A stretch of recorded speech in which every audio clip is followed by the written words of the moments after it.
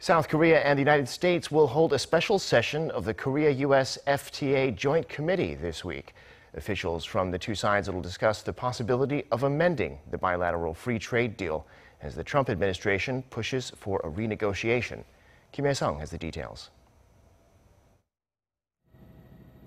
Representatives from South Korea and the U.S. will sit down in Seoul on Tuesday to discuss possible amendments to their free trade agreement.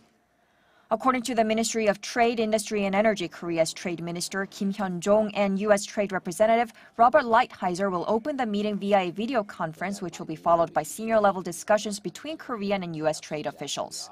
The gathering comes after Washington requested a meeting in early July to address the U.S. trade deficit with Korea.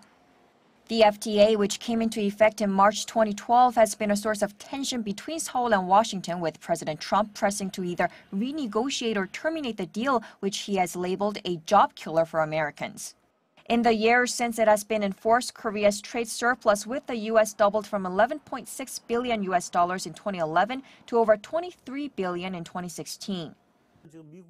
The figures for Korea's trade surplus with the U.S. don't take into account the service surplus on the U.S. side, nor do they consider investment or job creation, which have increased significantly. American businesses are lobbying against the termination of the KORUS FTA, given that Washington just started renegotiating NAFTA with Canada and Mexico last week. Even if Seoul and Washington decides to renegotiate the KORUS FTA, it could take at least 1 year for the process to officially begin.